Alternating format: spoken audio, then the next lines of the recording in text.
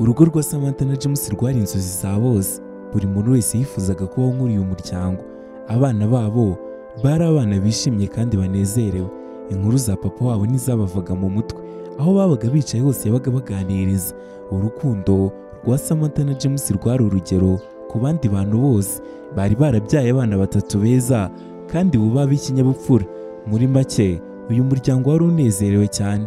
Samantha yari umukozi mwiza cyane wakoraga ataha agakora amasaha menshi cyane, ariko akabifatanya n'inshingano z'urugo. Ibi byatumaga umugabo amukunda cyane. Samantha yakoraga muri banki yari hafi aho, yatangaga serivisi nziza cyane. Ibi byatumaga abakiriya bose baza bashaka ko ari we bakira. James nawe yakoraga mu mashanyarazi ndetse akabivanga no gukora ibijyanye n'umuyoboro wa interineti. Yakoraga ku minara ya interineti yabaga hafi. Ibi byose byatumaga aba umukozi w'akataraboneka. Buri wese wakeneraga ibi byose niwe yahamagaraga. Gusa James yaje kwadukwaho n'ingeso idasanzwe yo gukunda abakobwa bakiri bato. Yaje gukundana n'umukobwa witwaga Fiona wigaga muri kaminuza. Uyu mukobwa yigaga mu kigo cyari gituranye n'uru rugo. Yajyaga kumureba kenshi gashoboka, akamubonera umwanya rwose atanitaye yuko yari afite urugo. Gusa urugo rwe narwo yaruherezaga urukundo ruhagije urwo yabagombaga. Umugore we ntiyajyaga amenya ibyabaye kuko umugabo yatahaga aseka yishimye. Ibi byose yarabimanagingaga. Mu gitondo cya kare uyu mugabo yarigendaga akagura inkoko akajya kureba Fiona akamuhereza inkoko, bakanezerwa cyane. Fiona mbese yabonaga yibera nko mu ijoro ritoya. Urukundo rwabo rwakomeje kugenda rukura. Fiona yahoraga abaza James ati, ese James tuzabana ryari? James nawe ati, oya sheri, ntabwo ibyo ari byo wakabaye imbaza kano kanya. Mbana n'abasore b'inshuti zanjye, gusa urabizi ko ngutekerezaho cyane. Nimara gutandukana nabo ndi gupanga kujya kwibana, hanyuma njye nawe icyo gihe nabwo tuzahita tubana. Nzaza iwanyu ngo usabe, urugo rwacu ruzaba rumeze neza cyane. Uyu mukobwa Fiona akabyizera ndetse akarushaho gukunda uyu musore. Fiona yari umukobwa mwiza cyane. Ibi byatumaga James nawe atifuza kumutakaza. Urukundo rwabo rwakomeje kugenda rukura cyane. Samantha ibi byose ntabwo yigeze abimenya. Fiona nawe yakomezaga gukunda uyu mugabo uko bwacyaga n'uko bwiraga, kuko buri gihe yanagiraga anniversary uyu mugabo yamusagaga mu cyumba yabagamo hafi ya university, akamuzanira impano. Kuri anniversary akamutembereza mu modoka bakazenguruka umujyi wose. Fiona yabonaga ubu ari bwo buzima yiberagamo mu munyenga w'urukundo.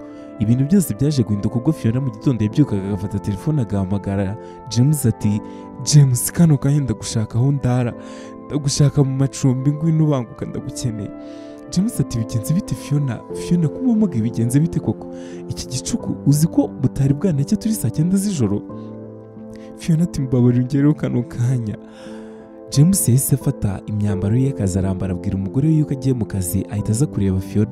Gusa akimara kugera hafi y'ikigo yaparitse imodoka kubitwa n'inkuba akimara kubona Fiona amanutse n'ibikapu byamaze gupakira imyenda ye. Ati, Fiona ko ufite imyenda yawe? Fiona akingura imodoka ahita ashyiraho ibikapu bye. Ati, James ndibuze tujye kwibanira, nasanze ntwite kandi nta kindi nakora, none narara hehe? Sinshaka yuko hari umuntu n'umwe uzigera amenya yuko natwaye inda. Ibi ngibi byose byaramurenze. Fiona ahita abwira James ati, ahubwo ujya mu modoka tugende. Baragenda. James byamurenze ari kubwira Fiona ati, nuse Fiona turimo kujyayo? Fiona ati, nasanze ntwite kandi nta handi hantu mfite ho kujya. Ibintu akimara kubyumva James yaguye muri koma, amera nk'utaye umutwe, yumva biramutunguye cyane. Fiona nawe yari arimo kugenda arira. Ibi byatumye James nawe atangira kurira.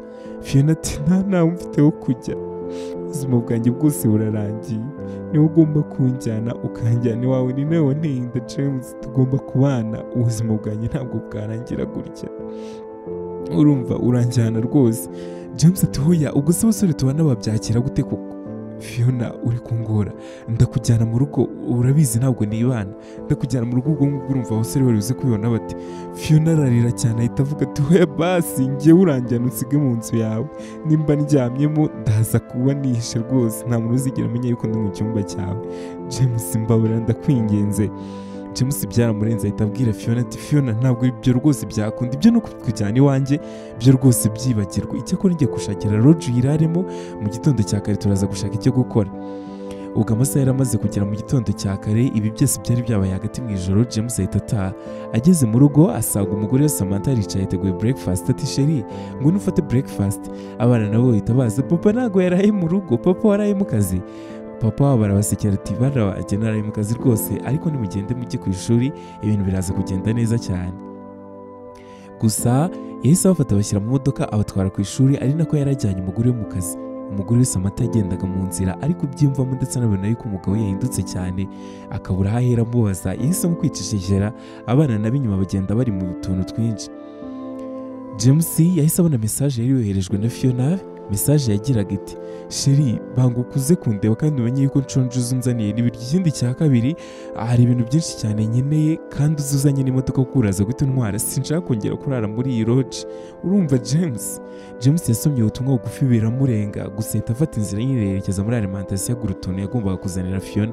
Ahageze ati Fiona ubu koko uragira ngo mbigenze narakubwiye ngo komeza wihangane haracyari kare, reka nshakishe uburyo twazabana, ariko rero mbabarira urekera aho ngaho kungora. Fiona byaramurenze ahita avuga ati huya ntabwo ibyo ngibyo byakunda, gerageza rwose ntabwo uri buze kunsiga muri iyi lodge. James mbabarira rwose ibyo ngibyo uri kumbwira ntabwo ndimo kubyumva, ugomba kunjyana ukajyana mu nzu yawe tugatangira tukabana. Ahangaha James yatangiye gutakaza ibiro mu gihe gito cyane, afata inzira yerekeza imuhira. Yageraga mu nzira akagenda yataye umutwe, ibintu byose byamucanze. Ahangaha yageze mu rugo arangije araza atangira kujya yuka inaba abana be, afite umushiha mwinshi cyane. Urebye nyine ibintu byose bitangira kuzamba, n'abana batangiye kubibona yuko ibintu byose byahindutse. Umunsi umwe yatinze gutaha, uyu mugore we akajya akomeza amuhamagara yibaza nari bikamuyobera. Yazaga atinze, mbese ubuzima bwose bwatangiye guhinduka. Umugabo akazi katangiye kumunanira, atangira kujya atakabwira nabo umugore we, ibintu byose bitangira kugenda nabi cyane. Gusa byose James yabonaga yuko urugamba atazarutsinda. Kuba yarateye inda umwana w'umukobwa yigaga muri university, kuba byari kugera iwabo byari ibintu byoroshye cyane. Yabonaga umunsi bizagera ku mugore we urugo rwe ruzahita rusenyuka. Atangira guhangayika, atakaza ibiro. Yazindutse mu gitondo cya kare ajya kureba Fiona ku ishuri. Ageze yaramubwira ati Fiona umbabarire kubw'ibi ngibi byose, gusa mfite kubikubwira. Mfite umugore nkunda cyane, ntabwo byakunda yuko njye nawe dukomeza kubana gutya nguko, si byakunda yuko mbana nawe, unyihanganire iyo ndo uraza kureka tuyikuremo. Fiona byaramugoye cyane kubyakira, ahita atangira kurira ati ibyo ngibyo ntabwo bishoboka, ntabwo nakuramo iyi nda.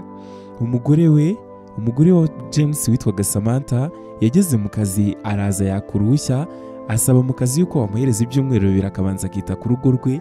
Yabonaga rusa n'uri gusenyuka kubw'imico yari amaze iminsi abonana umugabo we kugenda agatinda, akamunaho imico idasanzwe yo kumara iminsi cyane ameze nk'ufite agahinda, aza yuka abana inabi ndetse n'abamutuka. Yatangiye kumukurikirana gake gake, nibwo yaje kumukurikira abona ahantu uyu mugabo yakundaga kujya. Yabonye lodge yari iri ahangaha yakundaga kuzaho, iyi lodge ni nayo Fiona yararagamo.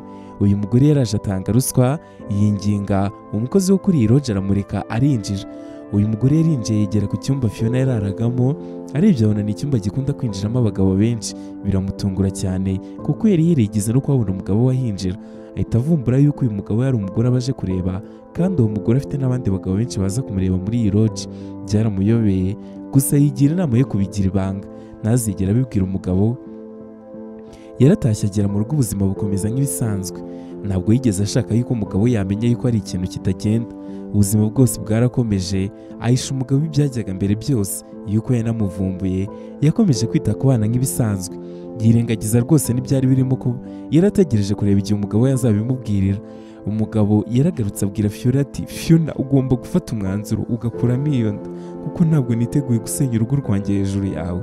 Yego naragukundaga, ariko rero sinagukundaga byo kubana nawe, mfite urugo, mfite abana kandi ngomba kwitaho. Fiona yararize cyane, ararira cyane, ahita amubwira ati ibyo ngibyo nanjye ntabwo biri buze gukunda James, ejo buzacya nageze ku rugo rwawe, aho ruri hose nzahagera, ibi ngibi byose bizarangira nabi. Umugabo byaramurenze aramubwira ati Fiona urifuza ko nakora iki? Fiona nawe ati nanjye urifuza ko nakora iki? Urashaka ko nseba? Urashaka kunyangiriza ubuzima? Yararize biramuyobera. Gusa James yari yafashe umwanzuro, yahise amubwira ati okay Fiona ndemera kwita ku mwana wawe rwose, ndanamwitaho ko nshoboye kose, ariko rero kubana nawe byo ntibishoboka kubyibagirwa. Mu nzira ari mu modoka yafashe telefone yahamagara umugore we, aramubwira ati Samantha umbabarire, hari ikintu nshaka kukubwira, hari ikintu nshaka kubwira cyihutirwa, ndaje nkurebe mu rugo nyikubwira. Samantha wari waramaze kumenya ukuri kose yaravuze ati okay nta kibazo rwose ndahari ngwino umbwire. Yarabizi ibyo umugabo waje kumubwira.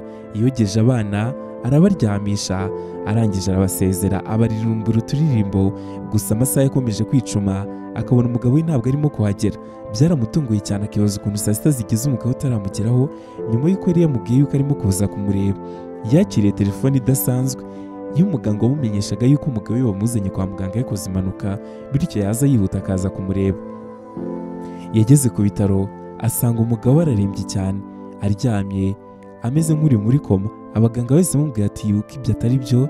Baramubwira bati ihangane rwose umugabo ntabwo ari muri koma, ahubwo arananiwe cyane, impanuka yakoze ntabwo ikabije, umwihoreye araza kumera neza.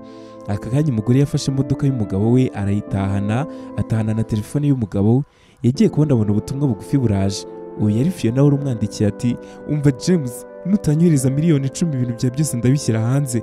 Yamwereje n'amafoto menshi baryamanye. Ahita abona yuko ibintu byose byamaze gufata indi ntera. Uyu mukobwa Fiona yari arimo aravuga ati nimutamereza miliyoni 10 ibintu byose ndaza kubyangiza, ndaza gushyira amashusho yawe hanze kandi umugore wawe nabibona araza guhita kwanga. Ibi bintu byahise bituma uyu mugore n'ubundi wari wamaze kubimenya Samantha yafashe ubutumwa arabusubiza, abwira Fiona ati ibi byose ntabwo ari ngombwa, izo miliyoni 10 ndebera kuziguhereza, ariko nawe umbabarire ntukire hanze. Yaratashye koko nk'ibisanzwe akomeza kwita ku bana. Nta na rimwe yigeze agaragaza uburakari no gutenguha, yitaye ku bana nk'ibisanzwe. Ariko ibi byose yahisemo kubigira ibanga, ndetse n'izi mesaje yarazisibye. Hanyuma ariko rero agakomeza ari kwibaza aho ibintu bizarangirira. Wa mugore yarabyutse mu gitondo asubira kuri ya lodge. Yaraje abona hari umugabo usohotse muri ya lodge mu cyumba cya Fiona. Arangije ahita afata ibyo kurya bari bohereje Fiona, komande yari yatanze aba ari uyinjirana. Akimara kwinjira Fiona yagiye kubona abona umugore amwinjiranye mu nzu na komande ye y'amakaroni ayitereka aho ngaho. Ati Fiona, ibyo irimo byose ndabizi, umugabo wanjye ararwaye mu bitaro ararembye ari muri koma, nawe urahanga urimo gushaka yuko aguhereza miliyoni 10. Kuki nta mutima ugira? Yatangiye kumubwira nabi, gusa ahita amubwira ati ntabwo rwose twihakana umwana wacu, niba umugabo wanjye ari waguteye inda, nubwo ufite abagabo benshi cyane wabeshye iki kinyoma cyawe kandi mwaryamanye, njye nta kibazo bimbwiye.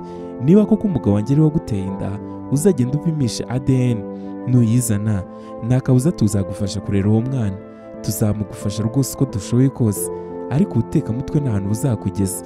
Ibi byose ndagusaba kugira ngo ukomeze kwitwararika. Fiona yahise amubwira ati wambabariye kuko ukareka kuvuga ibintu, mbabarira dusohoke. Yamusabye ko basohoka bakaganira bitonze, kuko hari umugabo wari uri muri dushe yashoboraga kumva ibi ngibi, rero akaba yahise amutera icyizere. Fiona yinginze uyu mugore yuko agiye kubavira mu buzima akigendera kandi katazigera agaruka mu buzima bwabo. Uyu mugore rwose yabwiye Fiona yuko mu gihe yaba bigize bibi, byaba bibi kandi bikanamukoraho cyane, yarabimwemereye koko. Arangije aranahinduka. Umugore yaratashye nk'ibisanzwe. Yatashye atekereza kuri Fiona bahuye. Fiona nawe yari yumiwe, ibintu byamucanze. Noneho amaze kubona yuko ikinyoma cye cyavumbuwe, iminsi yaje kuba myinshi, gusihimwa n'umwe. James arakanguka, uburwayi bwe bwari bwagabanyutse, yanakize rwose bigaragara. Yakangutse abona umugore we mu maso, ahita amubwira ati sheri, mbabarire rwose, nejejwe nuko nongeye kukubona, ariko ngusabye imbabazi, naguciye inyuma. Yamubwiye ibintu byose, gusa atungurwa no kubona ukuntu umugore we bitigeze bimutungura cyane. Yahise avuga ati ibyo ngibyo byose nari mbizi kandi narabikemuye. Nahuye n'umukobwa wawe Fiona waguteje ibibazo byose. Fiona rero inda yari atwite, ntekereza yuko atari niyawe kuko yahuraga n'abandi bagabo benshi, gusa ntuhangayika rwose, ibyo narabimenye. Muganga yahise aza arabasezerera, bagera mu rugo, urugo rwabo rurongera rurakomera. Nyuma baje kumenya amakuru y'uko Fiona yari umutekamutwe wagiye atekera imitwe abantu benshi batandukanye, ubuzima burongera gukomeza. James yihana ingeso yo guca inyuma umugore we, hanyuma umugore we aramubabarira, barera abana babo. Nyuma yo kubona amakuru ya Fiona n'ibyakurikiyeho, James yarishimye cyane kuba atarigeze abyara mu gasozi. Ni naha dusoreje inkuru yacu y'urukundo, aho wagezwagaho nanjye Eddy Karodi, nkaba nayikugezagaho nyuze kuri Karisimbi Empire. Reka ngusabe gukora subscribe niba wayikunze, bitubwire muri comment kugira ngo tuze no kugutegura izindi nkuru nziza cyane wakunda kurusha iyi. Mukomeze kugubwa neza.